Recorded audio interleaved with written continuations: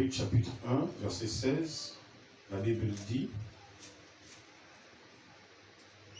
commençons verset 15, lisons ensemble, 1, 2 et 3.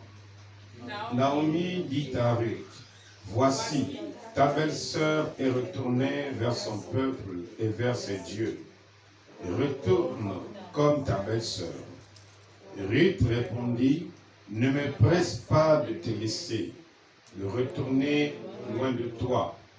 Où tu iras, j'irai. Où tu demeureras, je demeurerai. Ton peuple sera mon peuple, et ton Dieu sera mon Dieu. Où tu mourras, je mourrai, et j'y serai enterré. Que l'Éternel me traite dans toute sa rigueur, si autre chose que la mort vienne à me séparer de toi. Bien-aimé Seigneur Jésus, nous venons de lire maintenant, saisis-moi par ton esprit comme tu as saisi Caleb, Seigneur, pour prendre possession du pays, des promesses et de l'héritage que tu nous as réservé en ce temps de la fin. Car tu ne veux pas que nous soyons une simple église, un simple peuple qui se réunit sans posséder. Nous voulons entrer en possession des choses qui nous ont été promises par la main puissante de l'Éternel, Yahvé Adonai, Jéhovah Elohim.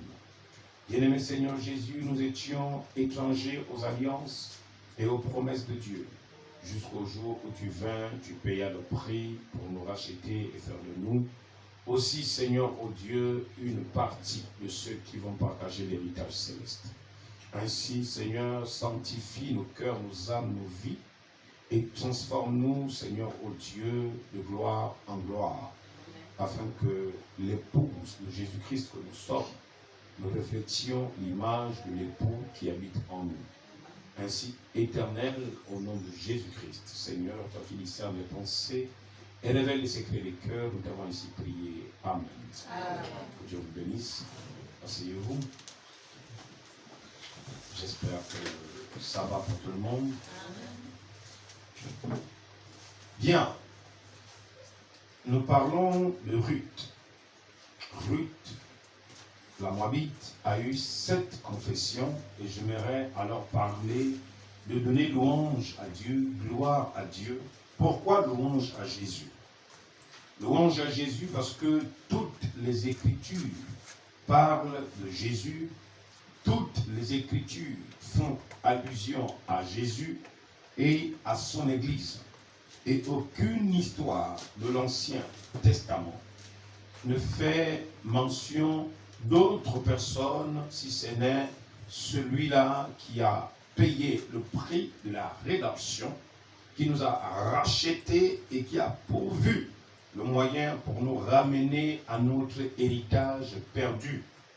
Nous avons déjà dit que Ruth est le symbole de toute personne qui vraiment passe des moments difficiles, traverse des temps difficiles et ne sait comment s'en sortir.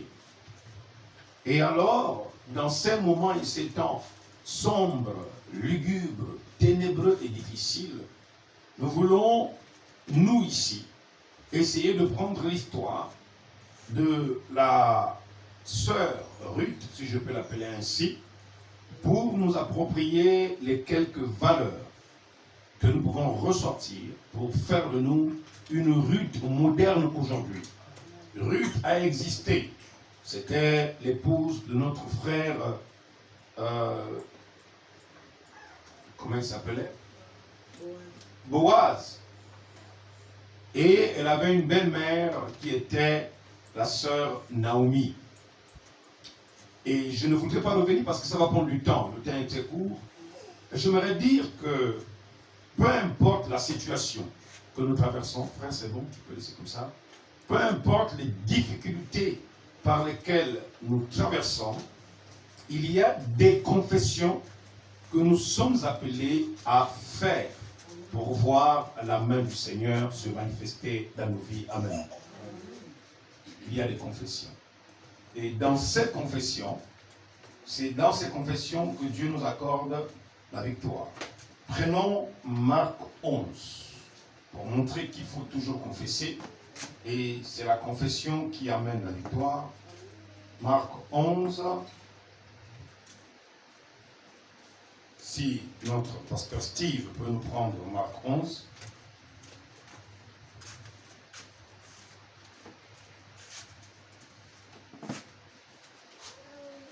Préparez-vous à lire Apocalypse chapitre 5, le chapitre du rachat.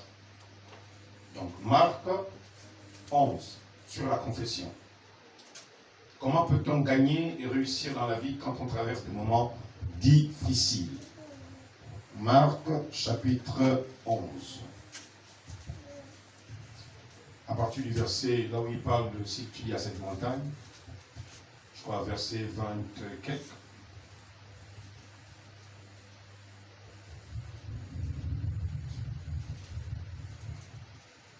Marc 11, à partir du verset 20. Oui. Le matin, en passant, les disciples virent le figuier séché jusqu'aux racines. Pierre, se rappelant ce qui s'était passé, dit à Jésus, « Rabbi, regarde, le figuier que tu as maudit a séché. » Jésus prit la parole et leur dit, « Ayez foi en Dieu. » Ayez foi en Dieu. Je vous le C'est-à-dire, dis. peu importe la situation, la difficulté, le problème, l'anomalie, le danger qu'il y a devant vous, ayez foi en Dieu. Donc, on va quand même marquer ça comme ça. Avoir foi en Dieu, oui. Quand on a foi en Dieu, qu'est-ce qu'on fait? Je vous le dis en vérité, si quelqu'un dit à cette montagne, « Ôte-toi de là et jette-toi dans la mer », et s'il ne doute point en son cœur, mais croit que ce qu'il dit arrive, il le verra s'accomplir. Continue. C'est pourquoi je vous dis, tout ce que vous demanderez en priant, croyez que vous l'avez reçu et vous le verrez s'accomplir.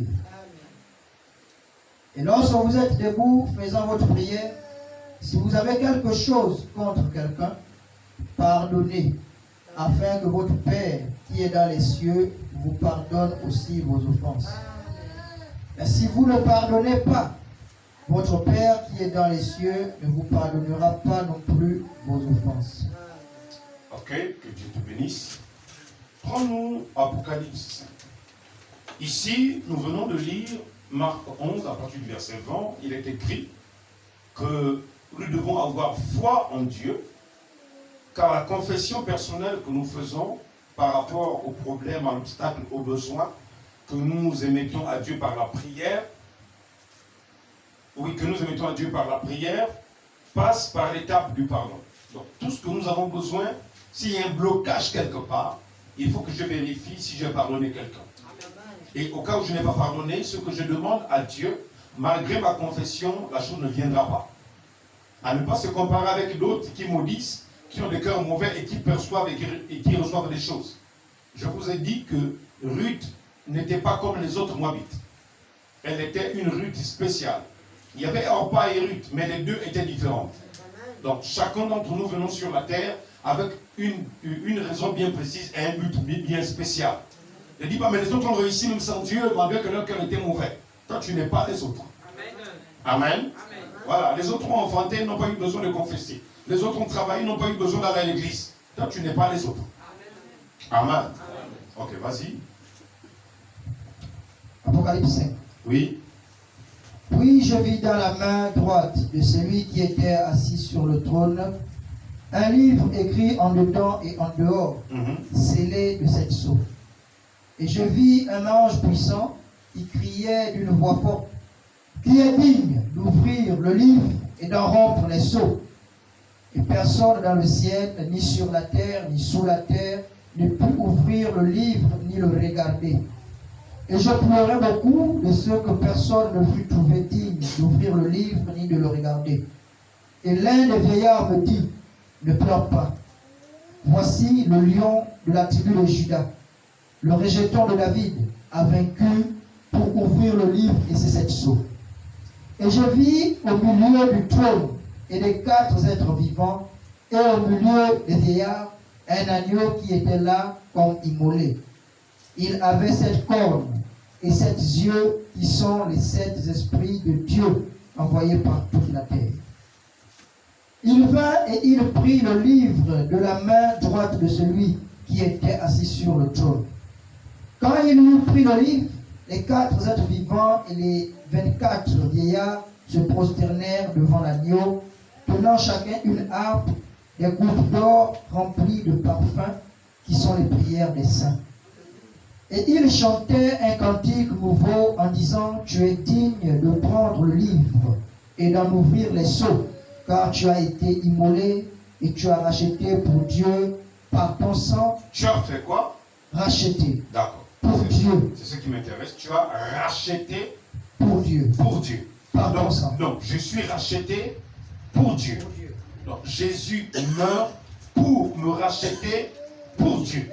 Donc, je ne suis pas venu sur la terre parce que je voulais être un être humain en plus sur la terre. Et je ne crois pas aussi en Jésus pour être un chrétien en plus.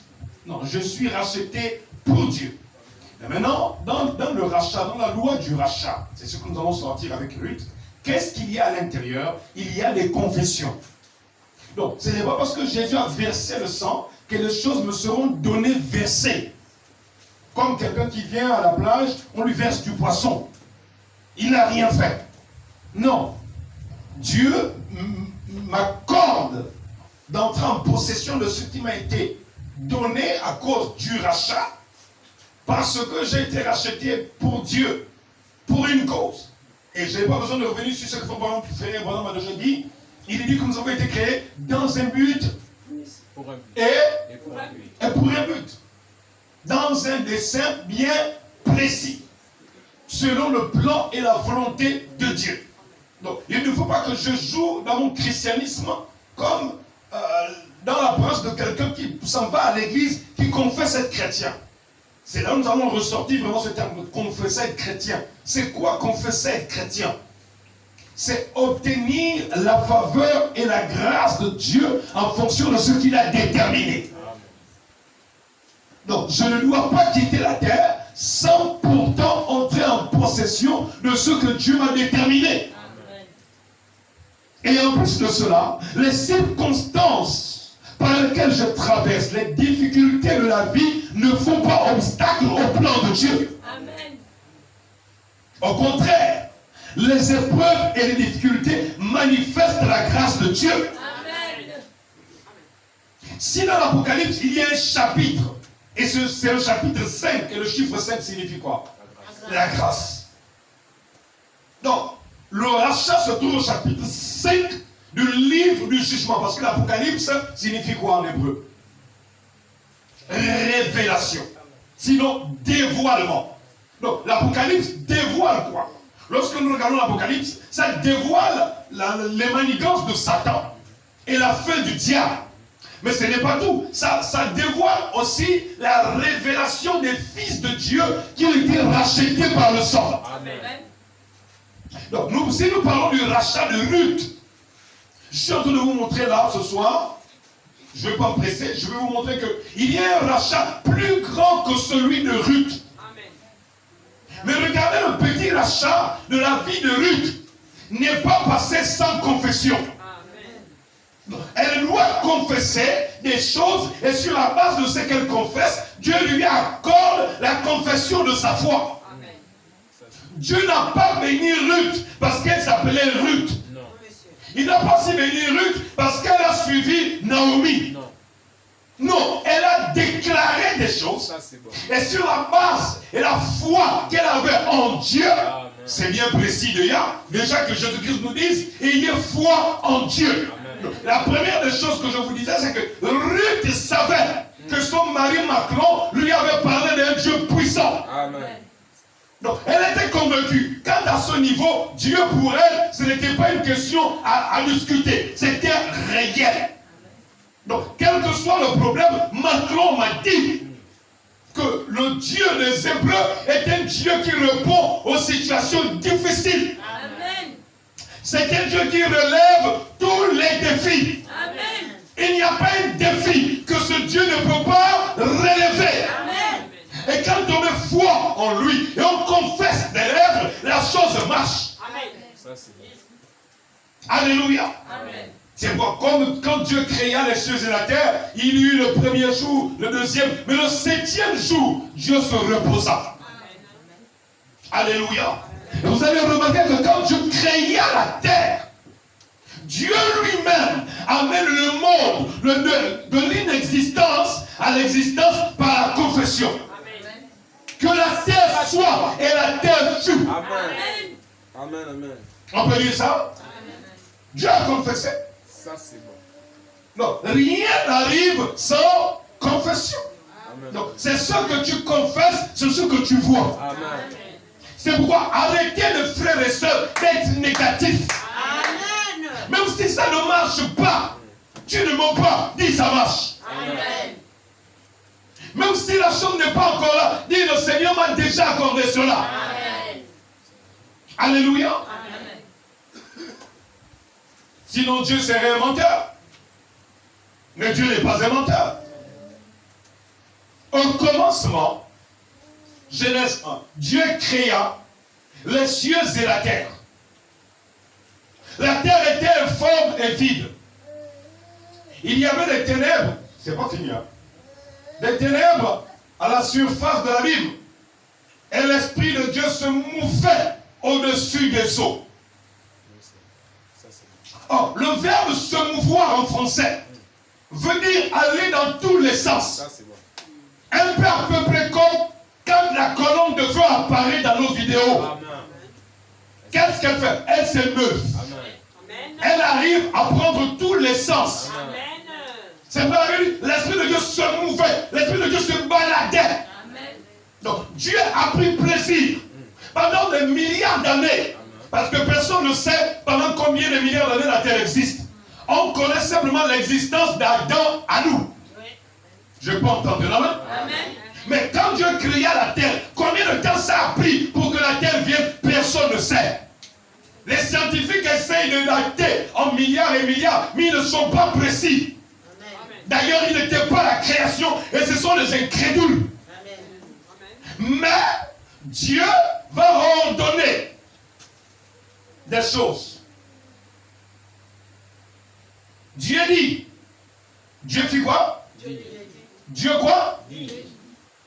Vous pensez que vous réussirez dans la vie sans dire des choses? Non. Frère, nous sommes à la genèse, au commencement de ce que nous voulons posséder. Nous voulons le travail. Mais qu'est-ce qu'il y a dans le travail? Si tu as embauché dans une société de bois, le bois vient d'où? De la création. Amen. Dieu dit qu'il y ait des arbres et les arbres furent. Amen. Amen. Dieu dit qu'il y ait des animaux et les animaux existaient. Rien n'existe sans qu'il y ait une confession de la part de quelqu'un. C'est pourquoi si quelqu'un dit aussi qu'il sera un bandit, il sera un bandit. Amen. Si quelqu'un dit, moi je m'en fous de Christ, je préfère mourir, je sais pas, prostitué, ivrogne, menteur, chanvreur ou drogué, il finira drogué. Amen. Donc c'est ce que nous confessons, c'est ce que nous devenons. Amen. Et on ne peut pas confesser, croire, avoir foi en Dieu, ou croire en Dieu, pardon. On ne peut pas confesser, suivre Dieu sans qu'il y ait des mesures prises de la part de ce Dieu pour te prouver que ce que tu fais pour lui, il te récompense. Je n'ai pas entendu la main. Ou ce n'est pas bien passé. Je vais répéter. Quand on croit en Dieu, on confesse croire en Dieu. Dans la confession de notre foi en Dieu, et dans ce que nous confessons, de ce que Dieu va nous attribuer, va nous accorder, Dieu ne peut pas te laisser comme ça sans qu'il y ait de témoignage. Amen. Le monde qu'il y a aujourd'hui existe sur la base de la confession. Amen. Dieu a parlé et le monde est apparu. Amen. Dieu a dit et le monde a existé. Amen. Il n'y avait aucun parti politique. Il n'y avait aucune église. Il n'y avait aucun milliardaire. Il n'y avait aucune maison. Il n'y avait aucune nation. Il n'y avait aucun Bill Gates. Il n'y avait aucun Barack Obama. Il n'y avait aucun Emmanuel Macron. Il n'y avait aucun président Ali. Il n'y avait aucun prophète Branham. Il n'y avait aucun pasteur. Mais Dieu existait déjà. Le monde n'existe pas. Mais Dieu appelle le monde donner une existence à l'existence. Donc, si nous voulons avoir des choses avec Dieu aussi, apprenons à confesser. C'est pourquoi évitez de confesser ce qui est mal. En plus, arrêtez de critiquer les gens. Si ta bouche critique quelqu'un, ce que tu demandes ne te sera pas accordé. Pourquoi? Parce que tu n'es pas sincère dans ta confession. Nous allons le voir. Ruth a quitté Moab. Ça veut dire, nous devons quitter ce que nous faisions hier. Amen. Ruth a quitté sa famille. Ruth a quitté ses amis, ses copines.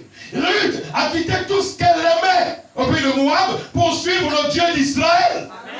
Cela voudrait dire qu'il y a un engagement solennel. Une décision prise vis-à-vis de Dieu. Je ne peux pas continuer à suivre Dieu et à mener une vie qui critique. Une vie pleine de haine. Une vie de mépris. Une vie d'arrogance. Une vie de colère. J'ai besoin d'avancer avec Dieu et je veux confesser. C'est pourquoi Jésus dans Marc 11, il dit, si vous dites à cette montagne, et je vous avais dit que quand j'ai quitté Brazzaville et je rentrais au Gabon en 2019, 2018, 2019, je ne sais plus, j'admirais les grandes montagnes, les belles collines, très grandes montagnes. Pendant que j'admirais les montagnes, une voix va descendre dans mon cœur et elle va me dire, tu admires les montagnes.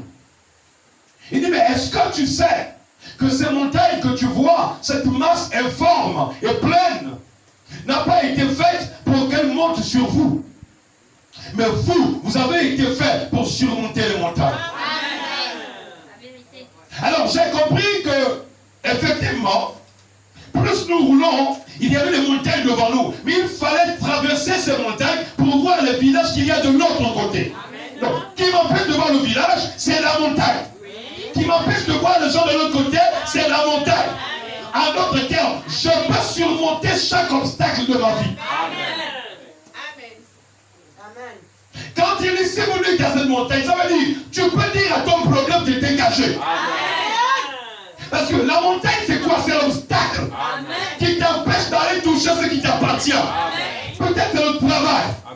Peut-être c'est le mari. Peut-être c'est la femme. Peut-être que ce sont les enfants. Moi, je te dis, tu peux déplacer l'obstacle. Mais Jésus-Christ te dit, c'est sur la base de ta confession. Ce n'est pas la confession de ton pasteur. Ce n'est pas la confession de l'ensemble de l'église. C'est une confession personnelle. Alléluia. Alors, bien-aimé, Ruth s'est engagée sur une voie. Tu termines d'abord. J'ai introduit quelque chose qui termine. Apocalypse 5 nous montre que nous avons été rachetés. Comme Ruth a été racheté. Mais regardez comment Ruth a été récompensé. Mais si Père éternel, l'ombre, si l'ombre montrait comment Dieu n'oublie jamais ses enfants, accorde la confession, mais qu'en est-il d'aujourd'hui? Je n'entends pas les amens, ou tu ne comprends pas. Je veux répéter ça. Si Dieu a béni Ruth hier, parce qu'elle a confessé, elle a agi sur la base de sa confession, Dieu doit te bénir aussi. S'il ne te bénit pas, c'est que tu as un problème quelque part. Tu as les idoles de Moab encore dans ton cœur. Tu es encore attaché à l'esprit de Moab dans ta vie. Alléluia. Il faut quitter Moab ce soir. Laissez les idoles de Moab ce soir. Ne confessez pas pour vos messages, mais vous agissez autrement. Ne confessez pas dire, vous avez compris c'est quoi le message, mais votre vie est contraire. Je vais entendre les amens. Agissez sur la base de votre confession. Parce que la foi, c'est quoi? C'est ta confession en Dieu. Et en plus de Dieu, c'est sur la base de ce que tu dis. Amen. Ayez foi en Dieu, si vous dites. Amen. Voilà ce qui met la foi à l'exergue. Voilà ce qui met la foi en mouvement. Tu as foi en Dieu et tu parles. Amen. Non, tu ne lis pas les choses pour dire je crois en Dieu. Non, on veut voir Dieu. Amen. Je peux entendre là. Amen. Je souhaite que tous ces cultes-là te servent à te détacher de la religion. Amen. Oui, monsieur. Et que quand tu rentres à la maison, tu dises à Dieu, fais-moi sortir de Moab. Amen. Fais-moi connaître quel est mon problème, ma difficulté dans ma vie. Amen. Amen. Je ne veux plus discuter avec un frère ni avec une soeur. Seigneur, fais-moi connaître ma difficulté. Amen. Ma difficulté, c'est quoi? La colère? Les mauvaises pensées? Amen. Quand je demandais à Dieu une chose, ce n'est pas arrivé à l'instant où il faut. Je commence à chagriner. Non! Un chrétien ne chagrine pas. Amen. Un chrétien s'attend à Dieu. Amen. Ruth n'a pas paniqué. Ruth ne s'est pas posé des questions. Elle savait que son mari Macron lui avait enseigné la vérité sur le Dieu tout-puissant. Amen. Si Dieu a fait le monde avec la confession, elle dit moi aussi je veux confesser. Amen. Dieu a confessé 7 choses pour la création. Moi aussi je confesse 7. Amen. Je peux interpréter la langue. Et ce que Dieu a confessé, c'est ce que nous mangeons. Amen. Les animaux, nous ne les mangeons pas. Les légumes, nous ne les mangeons pas. Les poissons, nous ne mangeons pas. Et l'être humain sur la terre. Et même les choses que nous avons besoin, que nous nous plaignons, quand nous n'avons pas cela dans un travail, dans un emploi, dans ses besoins. Mais ces choses sont venues par quoi? Par la confession. Amen. La guérison divine, c'est sur la base de quoi? La confession. Plus tu confesses tu es malade, tu restes malade. Amen. Écoutez, amen. Votre corps ne répond qu'à ce que vous dites. Amen. Amen. C'est la vérité. Amen. Le corps humain obéit à ce qui sort de ta bouche. Amen. Même si nous prions pour toi, si tu ne confesses pas que tu crois réellement, amen, tu ne seras pas guéri. Amen. La guérison divine se base sur la confession. C'est ce que frère Bossois a dit à frère Branham. Il dit, frère bonhomme, il faut apprendre aux gens à confesser. Amen. Alléluia. Amen. Bien. Alors, pasteur. Tu es digne de prendre le livre et d'en ouvrir les sceaux, car tu as été immolé et tu as racheté pour Dieu par ton sang les hommes de toutes tribus. Les hommes de toutes tribus. De toute langue. De toute langue. De tout peuple. De tout peuple. Et de toute nation. Et de toute nation. Tu as fait d'eux un royaume. Est-ce qu'il a fait plusieurs royaumes? Jésus-Christ a fait plusieurs royaumes. Le royaume gabonais, le royaume congolais, le royaume américain, le royaume d'Israël. Non? C'est ça? Non. C'est ça? Non. Quelle est la raison fondamentale de la mort de Jésus? C'est de réunir toutes les nations en un seul royaume. Amen. Je n'entends pas les amens. Amen. Ça me dérange quand je n'entends pas. Amen.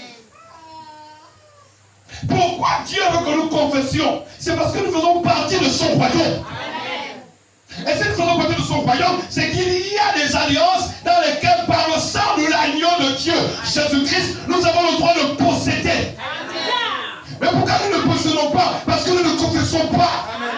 Et pourquoi nous ne confessons pas? Parce que nous n'avons pas foi en Dieu. Amen. Nous avons plus foi au diable. Nous avons plus foi au mal. Nous avons plus foi à la misère. Vous voyez les gens se mettre à l'aise. Oh, je passe des moments difficiles. Mais qui t'a dit ça? Dis que bientôt ça va aller. Amen. Amen, amen. Ne dis pas aux gens, plus tu dis je passe, c'est que c'est ce que tu deviens. Amen. Tu deviens ce que tu confesses, Seigneur Jésus-Christ. Même les païens ont utilisé la foi inconsciente. Je serai policier, je serai policier, je serai policier. Il est policier. Amen. Je serai médecin, je serai médecin, je serai médecin. Il est médecin. Amen. Encore là, si sa confession est en acte avec ses œuvres. Je serai plaqueur, je serai plaqueur. Il est plaqueur. Amen. Je serai prostituée, j'aimerai les blancs. Et tu vas aimer les blancs. Amen. Mais si tu dis aussi, j'aimerai Jésus, tu aimeras Jésus. Amen. Je ne suis pas pauvre, tu ne seras pas pauvre. Amen. J'aurai des enfants, tu auras des enfants. J'aurai du travail, tu auras le travail. Ça, c'est bon. Nous appelons ce que nous confessons. Arrêtez de mettre la responsabilité sur Dieu. C'est une erreur grave. Et quand ça n'a pas marché, on change d'église. Le problème, ce n'est pas l'église. Alléluia. Vas-y, pasteur. Tu as fait d'eux un royaume et les sacrificateurs pour Alléluia. notre Dieu. Et ils régneront sur la terre. Il dit quoi ça? Ils régneront sur la terre. Sur la terre. Mon frère, la terre appartient à qui? Parlons doucement, parlons. Ne nous pressons pas. Parlons doucement. La terre appartient à qui? Aux grandes familles présidentielles? Aux familles ministérielles? Dégage de là. La terre appartient aux enfants de Dieu, rachetés par le sang de l'agneau. Même si nous sommes comme des monuments, des pauvres, des lâches, néanmoins, nous sommes les héritiers. C'est pourquoi William Branham a posé le message, possédant toutes choses. Il dit, nous sommes comme pauvres, mais nous possédons toutes choses. Amen. De quoi avons-nous peur? La terre nous appartient. Nous avons le certificat incontestable. La Bible qui nous l'affirme. Nous avons peur de quoi? Nous paniquons pourquoi? Nous pleurons pourquoi? Pleurer de joie. Pleurer d'allégresse. Nous savons qu'avec Dieu, c'est la fin de l'histoire qui compte. Nous sommes appelés à louer Jésus-Christ. C'est pourquoi je le sens à Jésus soit la louange. Tu aurais cru qu'un pauvre balomou, petit garçon, pour pourri, femme pourri, serait parmi les héritiers. Les héritiers d'un grand royaume. Où Jésus-Christ est réel, Dieu réel.